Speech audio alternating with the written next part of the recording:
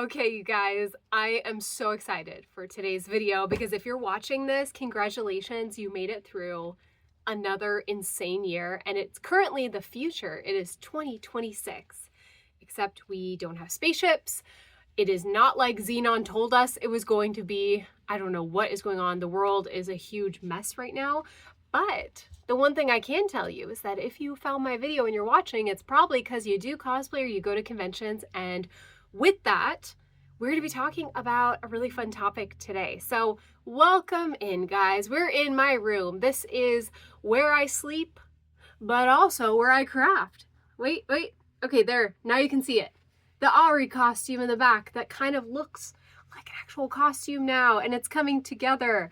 I spent so much time putting together the pattern for that custom bodice corset dealio we got going on, and I'm really excited to keep it going. So that is what I will be working on this month. And I would also like to say, guys, everything you see here is all recycled material. The top is made from an old tablecloth. The bottom is made from, I think it was like a extra large curtain or something that I found at Value Village. I can't remember what it was, but it was really big and it was perfect. And even the trim that you guys see on there was also repurposed from a recycle store. And that little white trim, which you will see more of on the sleeves, also a recycled tablecloth. So I would just like to say, if someone's like, hey, you need to get out there and spend a bunch of money on fabric, that's total BS and not true. This is my crafting space, and when I am in here, I have my printer, I have my Cricut, I have tons of thread, I have all of my army of doll figurines and Leon from Resident Evil, my husbando, and so much stuff. A lot of nostalgic toys and everything back there because it makes me happy and that's what motivates me. So today, guys, we are going to be going in to things that we are getting rid of in the year 2026. We're just getting rid of them.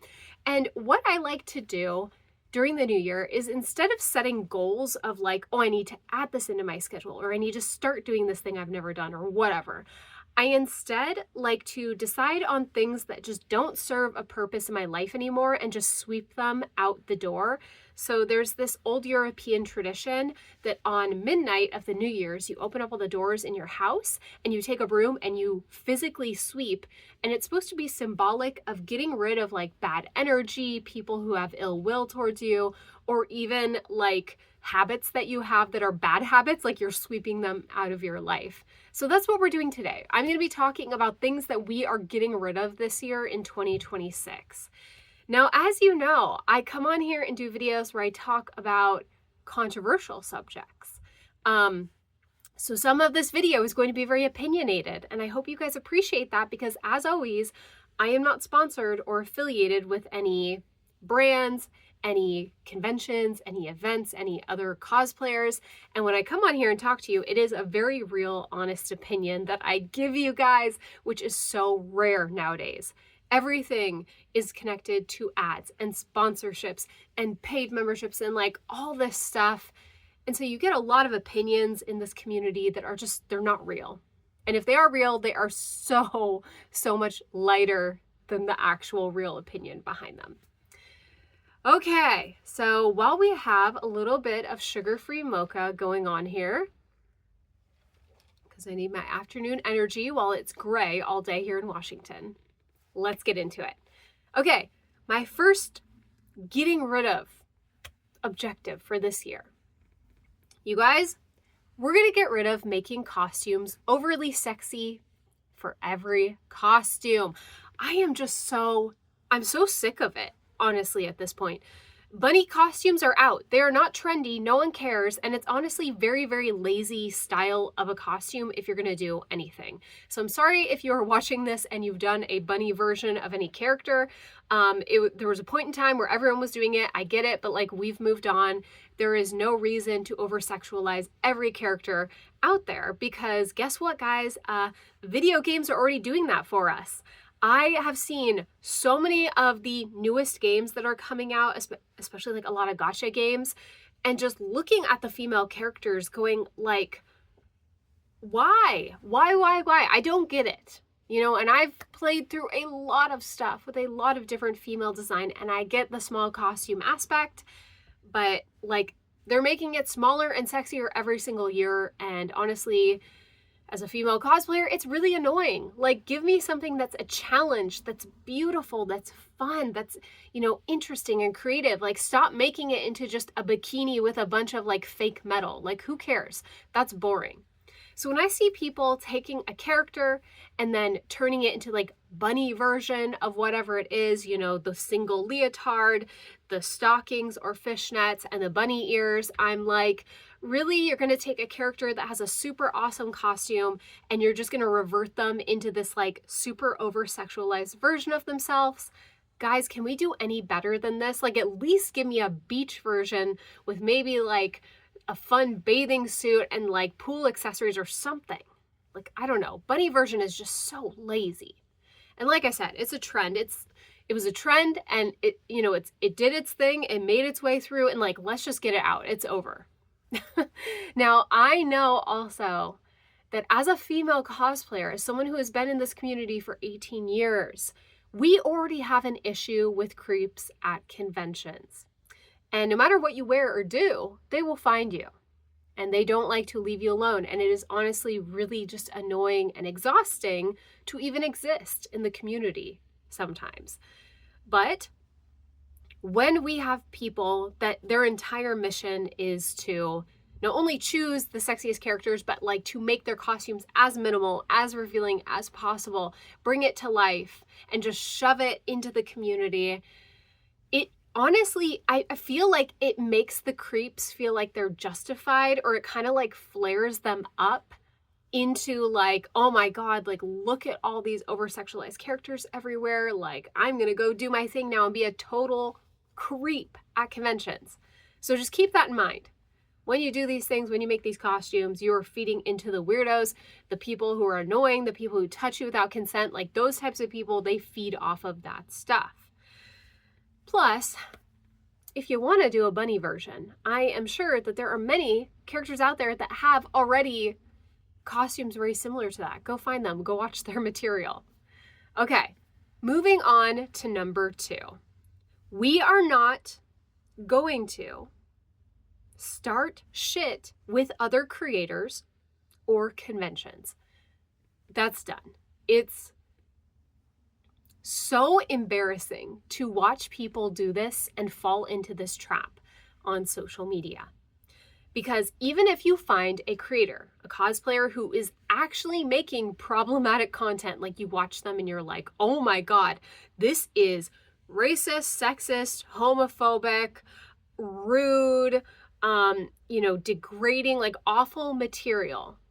If you call them out, if you share their story and call them out or make a video about them or whatever, you are feeding into their drama and you are giving them attention and views, because guess what? People are going to see your video. People are naturally curious. They need to go see the source material. They're going to go watch that other creators. And guess what? That creator just made money off of that click. So congratulations, you just did probably what you didn't want to do, which is give that creator more attention. I know that sometimes in a community like ours, we see someone doing a behavior that just evokes this like visceral reaction where it's like, like I can't not do anything. I have to do something. And I don't think that you shouldn't do anything. I just think that you shouldn't be publicly trying to start things with the other creator, because it will never end the way you want it to. If you don't like their content, or you disagree with them, or they put out a video and you hate it, don't watch it. Unfollow them, block them, like whatever you have to do, like get them off of your social media, get them off of your page. If they're connected to like events, maybe don't go to the events, don't financially support them. If they're connected to other creators, don't follow those creators. But what ends up happening on social media is one person is in a very bad mood with another creator because they don't agree with their judging style, or they don't agree with their costume creation, or they don't agree with whatever it is. They make a video, they call them out, they're like, I need the community to back me up, like, do you guys think this is okay, blah, blah, blah. And I'm just like, guys, it's like the snake eating its own tail sort of thing. Like, It's a never-ending loop of drama. And the worst part is people who are grifters on our platform, like they are not cosplayers or convention goers, but they make videos. Yes, they are out there. I want you guys to remember there are people that are in this community that aren't actually, they are just here to fire everyone up and get them angry. They love this sort of stuff because making a reaction video is one of the lowest forms of creation. Like, it takes the least amount of effort. It is just talking and flaming everyone up. But you can get millions of views doing that because people are like curious and they want in on the drama. They're like, oh my God, what did this creator do? It must be awful. I need to know the whole backstory. And there's, of course, a part 1, a part 2, a part 3. Like, oh, I can't fit this all into part 1, so follow me for part 2 later on. It's a lot of fake drama and people feed into it. So maybe it starts as something that was like real or like an actual complaint. And then it slowly turns into random people calling out creators and people who don't agree with you and cancel culture and never getting the full truth and never really knowing. When you see a video online, do not always trust it. Like if someone's like, I need to call out this creator because they did something bad, really take it with a grain of salt. You have no clue what's going on in the background, who the victim actually is, or maybe both creators are both problematic and one of them got their feelings hurt and now they're gonna start shit. So, you know, just, we are not gonna deal with that. We're gonna stay out of that this year and we're not gonna go there. Okay.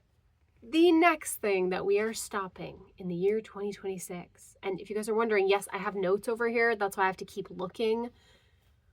We are not going to make competitions or competing or winning a part of the goal of creation.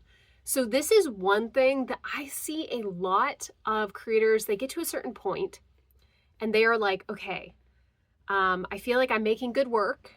And I like my costumes and I like my pictures. So what's the next step up? Well, I need to compete. And that is totally fine. Your goal needs to be making an awesome costume and feeling confident in it. Those are like the number 2 like things. Make an awesome costume you feel proud of. Number 2, feel confident wearing the costume. Really be the character. You know, find out their movements, find out their hand placements, get awesome pictures taken, feel good about your costume. But nowhere in that goal should competing even come into your mind. I have seen a lot of people start off talking about, well, I know I want to compete in this contest, so I'm deciding what character I want to make for the contest. And I'm like, no, we're not doing that. Because the problem with that is it's going to change how you create things, why you create things, and the whole goal of doing cosplay, which is like, who cares what the judges think or the crowd thinks? What do you think as the creator? I think that a lot of people forget that external validation is so addicting, and in the long run, it is really bad for your mental health. Now, when I do creation and stuff, like when I'm sewing costumes, I don't film myself sewing and I don't post every single part.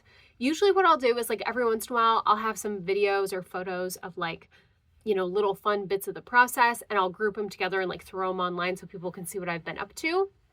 But I don't do step by step because I don't want validation for like working on my own costume. The validation needs to come from me. And once you get addicted to validation from other people, it turns something into your brain into like a machine that when you're not getting enough responses or views, or, you know, you're not winning competitions, you're not being placed high, it's telling you you did bad. You didn't do good enough. You could have done better. You did something wrong. And like, we don't need that. We already have enough like bad mental health in our community. We don't need a little voice in our head saying, hey, guess what? You know, you worked the hardest on this costume you've ever worked and you didn't even place in the competition. What are you doing? That voice shouldn't be in there. When you start a costume, it should be a character you like or even love or are obsessed with or love the fandom or it means something special to you, like something like that. You should be making it because you want to make it. And even if you get mad in the middle and need to take a break or you change everything you do or whatever, like none of that matters. Just doing it at a pace that's comfortable to you without having to have viewers validating you, without having to have a competition that validates that you did well enough. Because like, as I've said, the competitions are not real. They are not real guide marks to you are a good cosplayer or not. Like, that doesn't have anything to do with it. And if you don't believe me, watch my videos where I talk about it. So what I'm trying to say is that getting rid of the competition aspect of the goal will change why you create and how you create, and also your emotional relationship with actually doing cosplay as a whole. So that's why we're getting rid of that. Just something to think about. Okay. The next thing that we are going to get rid of in the year 2026 is the fear of failure. Because failure is so important, especially in a hobby as creative as doing cosplay. In this hobby, I have worked with so many materials. I have worked with clay and foam and EVA. I have done painting and airbrushing and even painting on stuff with eyeshadow and makeup. I have done creating ears, creating tails, creating fabric costumes, creating foam armor. Like, there is so many different applications of doing cosplay. But if you're scared of failing, like if you're scared of trying something out just to experiment and then like, you know, maybe you fail, maybe something happens. If you're scared of failing, you're never going to go into it fully, for one. And you're never going to try something that would scare you because you're going to be too scared that you would fail. When you do cosplay, a lot of times learning new techniques means just doing something for funsies. The other day I took a pottery class and I have done hand molding, but I have never done like an official like big girl pottery class like on a wheel before. And I had no clue how it was going to go. And both of the pieces that I did on the wheel, I completely messed up and I had to restart over multiple times, which the teacher told me that is very normal for a beginner. Had I gone into the class going, okay, well, this is going to tell me if I'm good or not, then by the end of the class, I'd be like, well, I never get to do it again because I'm not good. So I failed, blah, blah, blah, like, let's move on. What fun is there in that? Let me ask you. When a creator uses foam for the first time, or they try out sewing, or they make their own pattern for the first time, or they try out draping for the first time, you're probably not going to be good at it. And you probably are going to fail and have to redo it and fail again and redo it. And by doing that, you learn so much. I learn way more from failing hands-on than I learned from any class, from any tutorial online, from any Kamui cosplay guide. Like, those are all great tools, but actually failing with your own hands and figuring out why, you will learn so much more about yourself and also about the technique that you're trying to learn. Getting rid of the fear of failure also means that you can finally push yourself to do dream costumes. So there was always in my head this idea that I wanted to do Princess Odette from the Swan Princess. And as of last year, I got to finally do it. I made the costume, I wore the costume, I wore it to SakuraCon, I had a great time. I had so many people complimenting me, talking about it, going, oh my God, I forgot about that movie. I was obsessed with that as a kid because I have like, you can't really see him back there, but like I have a little Jean Bob, his little feet are up there. And you know, when you get rid of that fear of like, okay, well, what if I try to make my dream costume and I ruin it, like I don't do it justice, you know, then you never make it. You never end up actually creating the costume, and then you get sad and it becomes like this distant dream that never happens.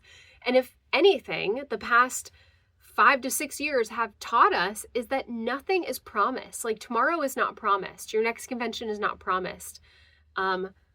You know, over a year ago, I went through 2 emergency surgeries, and I can definitely tell you that in those moments, I did not think about, did I make costumes well enough? Like, oh, did I make a costume and I should have done a better costume? I thought about, you know, I always wanted to make Anastasia. I really wish I had, because I don't know if I will be able to walk after this. Maybe I'll never be able to do cosplay again. Maybe that was it. Maybe that was my shot. And I ruined it because, instead of doing the costumes I was obsessed with and in love with, I was too scared to fail on them or do lesser work. And so I just kept putting them off and never did them. You don't want that sort of regret. And that's why we're just going to get rid of the fear of failure. We're going to go back into that mindset we had when we were 13 years old and thought that we were invincible.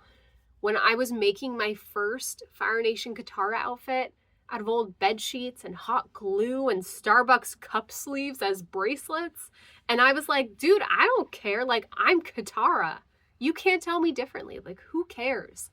So just remember, the fear of failure is going to make it so you can never get outside that box of like comfort. And once you're outside of that box, everything is limitless. You can do anything. Like, we're cosplayers. I bring characters to life. I create. That is what I do. I can't be scared of it. Okay.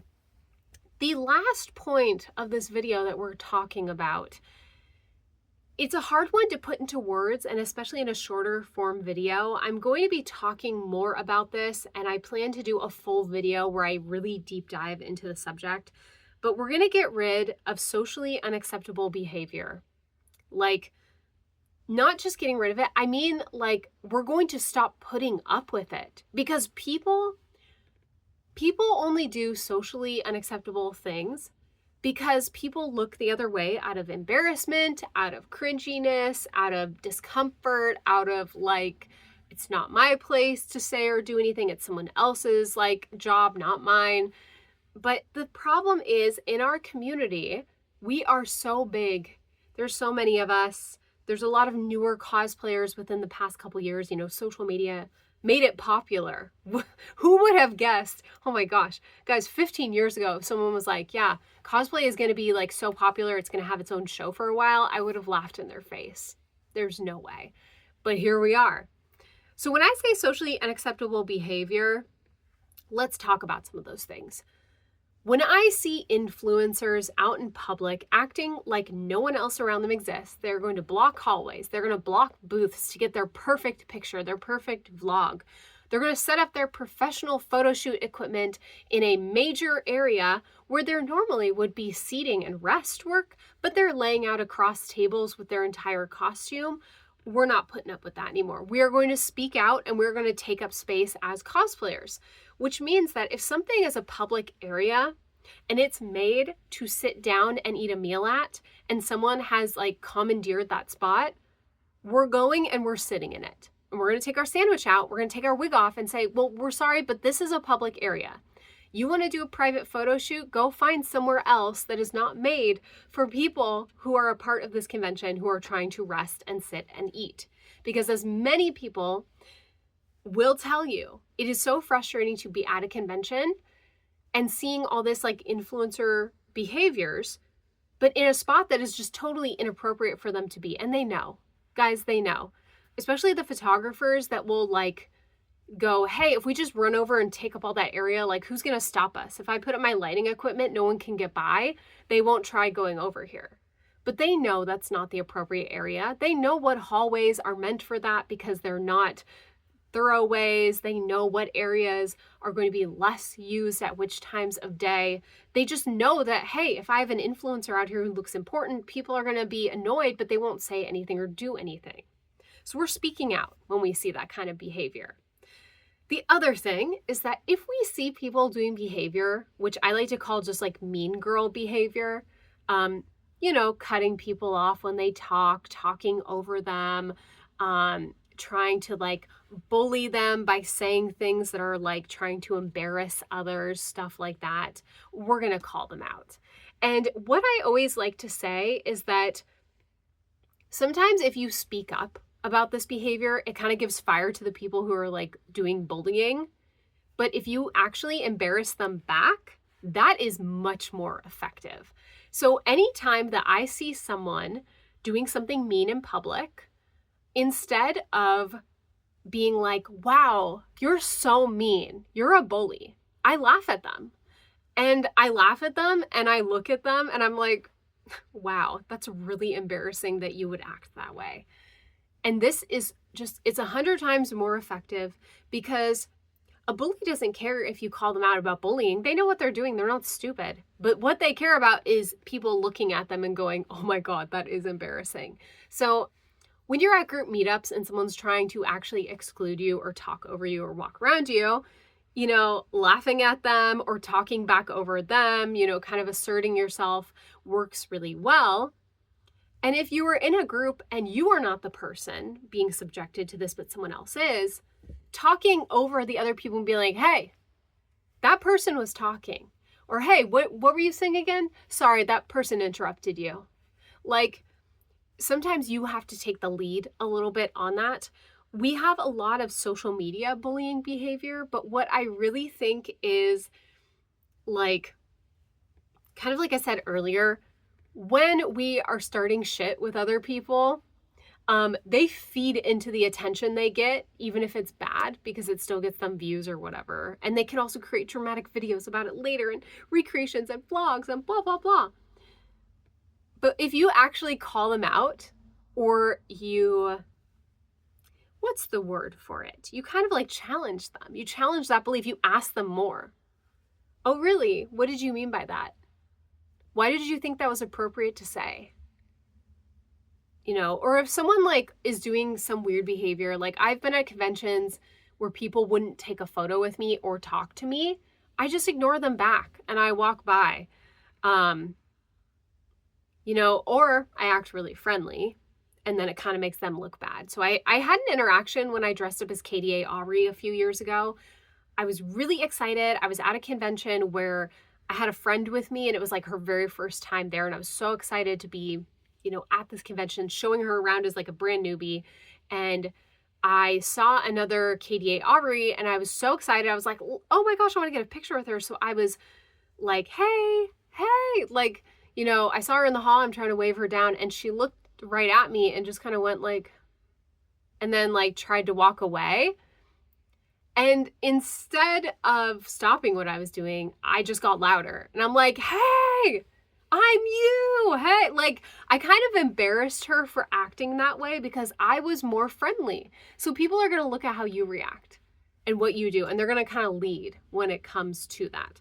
Do not get butthurt or embarrassed if people do these kind of things because that's what they want. Instead, you really have to be like, okay, what am I going to do? How am I going to react to this? Now, like I also said, we're not going to be putting this out into the public airspace to get everyone else's opinions and thoughts on. Because guys, I get it. When someone does something mean or embarrasses you or treats you unfair or is just being like a complete butthole, we want people to back us up so we don't feel crazy. But the problem is that that doesn't actually solve anything on social media. And like I said, it's just giving views to the other person and like empowering them. Or you're getting a ton of people on your side who are going to go over and then dox them, which is like, let's not do that. Let's not start these kinds of wars that we can't end and don't have control over. Instead, you can send them a private DM. So if you're very concerned about it, send them a private DM and say, hey, wasn't really okay with like how you treated me or like what happened there. Could we talk about it? And you know, if that doesn't work, then you block them and you move on with your life, and it's really not that hard. So anyways, now that I've talked forever, we're going to end today's video here.